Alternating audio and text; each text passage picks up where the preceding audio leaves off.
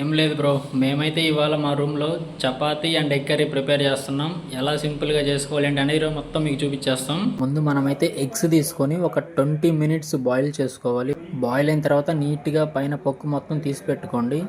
4 పీసెస్గా కట్ చేసుకోండి. అప్పుడే మనకి మసాలా అనేది బాగా పడుతుంది. అప్పుడే కర్రీ అనేది టేస్ట్గా వస్తుంది. మా ఫ్రెండ్ గారు చపాతీ చేయరంటే దాన్ని పాములాగా చేసి ఏదేదో చేస్తుంటాం. మొత్తానికి ఎలాగోలా చపాతీ పిండి అయితే బాగా కలిపేశాడు. 6 tomato, 5 onion and chilies.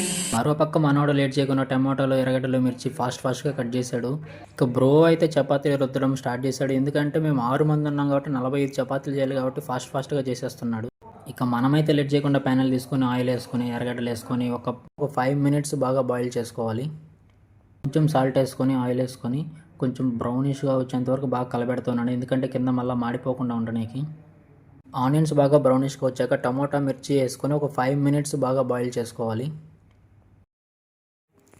ఇక మనమైతే పసుపు, కొంచెం కారం వేసుకొని ఒక 2 మినిట్స్ బాయిల్ చేసుకోవాలి. ఇక మనమైతే ఇందాక 4 పీసెస్గా కట్ చేసుకున్న ఎగ్స్ని తీసుకొని ప్యానల్లో వేసుకోవాలి. ఎగ్స్ ప్యాన్లో వేసాక లో ఫ్లేమ్లో పెట్టుకొని ఒక 10 మినిట్స్ బాయిల్ చేసుకోవాలి. ఏమాత్రం లేట్ చేయకుండా మా బాషాబాయ్ అయితే జెట్ స్పీడ్లో చపాతీలన్నీ 45 చపాతీలన్నీ కాల్చేశాడు. మొత్తానికి ఎగ్ కర్రీ చపాతీ అయితే రెడీ అయిపోయింది. వెంటనే మా ఛానల్ని సబ్స్క్రైబ్ చేసుకోండి, లైక్ చేయండి, కామెంట్ చేయండి, షేర్ చేయండి. మరొక వీడియోతో మీ ముందుకు వస్తాం.